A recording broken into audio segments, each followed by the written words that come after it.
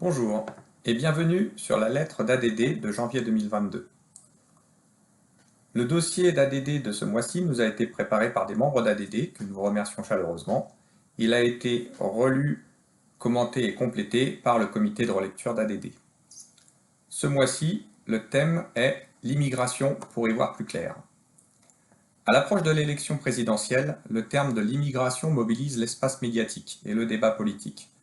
De nombreux chiffres, dont l'indication peut paraître contradictoire, sont souvent assénés comme des vérités et peu de contrôles sont effectués dans l'instant sur leur véracité.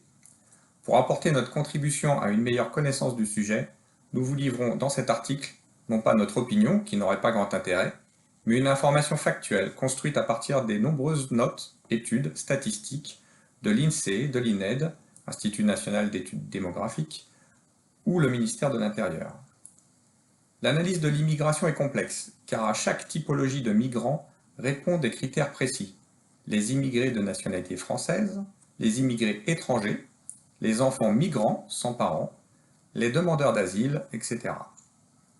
De même, il faut distinguer les flux annuels et les populations globales.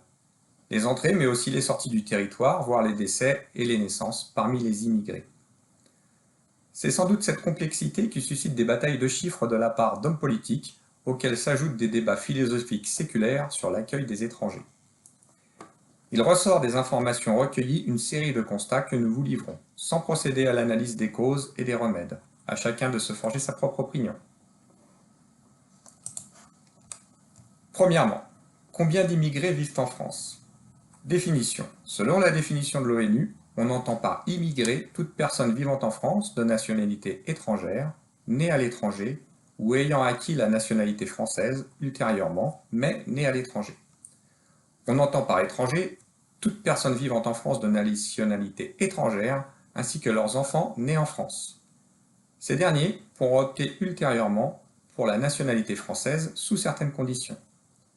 Après avoir plafonné de 1975 à 2000 à environ 7,5% de la population résidente en France, l'immigration légale connaît depuis une croissance plus rapide que celle de la population totale, pour atteindre en 2019 10,2% de celle-ci, soit 6,8 millions d'individus, se décomposant en 4,3 millions d'immigrés étrangers et 2,5 millions de Français ex-immigrés, nés à l'étranger, ayant acquis au fil du temps la nationalité française.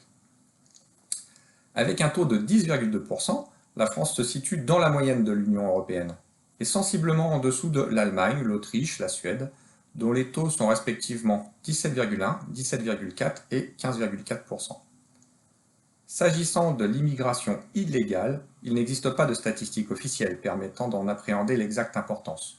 La seule évaluation avancée est celle de M. Stefanini, ancien secrétaire général de la région Île-de-France, qui estime dans son ouvrage paru en novembre 2020 chez Robert Laffont, à environ 900 000 le nombre de clandestins de nationalité étrangère sur le territoire national. Combien de nouveaux immigrés en situation régulière accueillons-nous chaque année? Le solde migratoire, entrée moins sortie, en milliers, des immigrés sur la période de 2006 à 2017 s'établit comme suit. Le nombre total des entrées sur 12 ans est de 2 723 000, les sorties à 692 000, et le solde est donc à 2 031 000. Vous trouverez sur notre site un tableau détaillé qui donne année par année ce solde, entrée et sortie. Il n'est pas rare d'entendre dans le débat politique le chiffre de 400 000 entrées annuelles d'immigrés.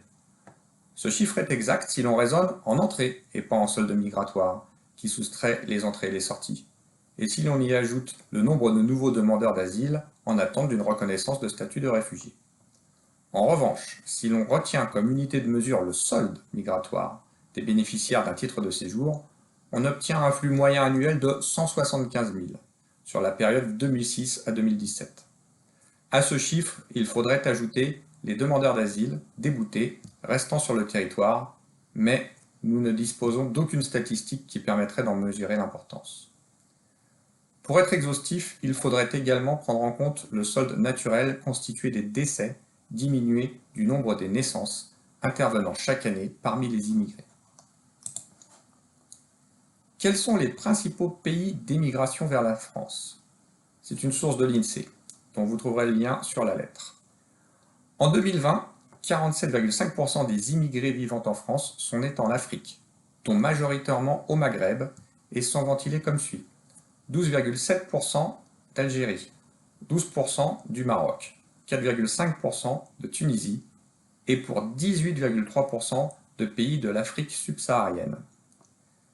Les immigrés venant de pays d'Europe du Sud diminuent régulièrement, mais représentent encore, du fait de leur importance passée, 32,2%, dont principalement le Portugal, 8,6%, l'Italie, 4,1%, l'Espagne, 3,5%. Les pays d'Asie représentent 14,4% de l'ensemble des immigrés, dont 3,6% pour la seule Turquie. Sur la période 1970-2020, l'immigration portugaise, qui occupait la première place, a connu, à partir de 1990, un remplacement progressif par des migrants venus d'Afrique, et notamment du Maroc, lequel a vu le nombre de titres de séjour délivrés à ses ressortissants multiplié par 6 entre 1968 et 2006, alors que pour l'Algérie, le nombre a été multiplié par 2,2. L'écart des flux existants entre les deux pays en 1968 a aujourd'hui disparu et le nombre d'Algériens et de Marocains vivant en France en 2020 est assez proche, avec respectivement 860 000 et 810 000 personnes. Quels sont les lieux d'implantation des immigrés en France? Source de l'INSEE, là aussi que vous trouverez en lien sur notre lettre. Les immigrés vivent principalement dans les zones urbaines où réside déjà une importante population issue de l'immigration. L'Île-de-France héberge à elle seule 35,8% des immigrés vivant sur le territoire national. Si au plan national les immigrés représentent 10,2% de la population totale, on enregistre des taux très supérieurs dans les zones urbaines de l'Île-de-France. 20% en Île-de-France, soit plus 18% d'augmentation entre 2006 et 2015, et même 30% en Seine-Saint-Denis, ce qui représente une augmentation de 20% entre 2006 et 2015, et davantage dans les communes du département comme 33% à Sarcelles, soit plus 13% entre 2006 et 2018, 42,8% à Aubervilliers, 45% à La Courneuve, une augmentation de 42% entre 2006 et 2018. Ces chiffres ne tiennent pas compte de l'immigration en situation irrégulière, dont un récent rapport parlementaire évaluait pour le seul département de Seine-Saint-Denis le nombre entre 150 000 et 400 000.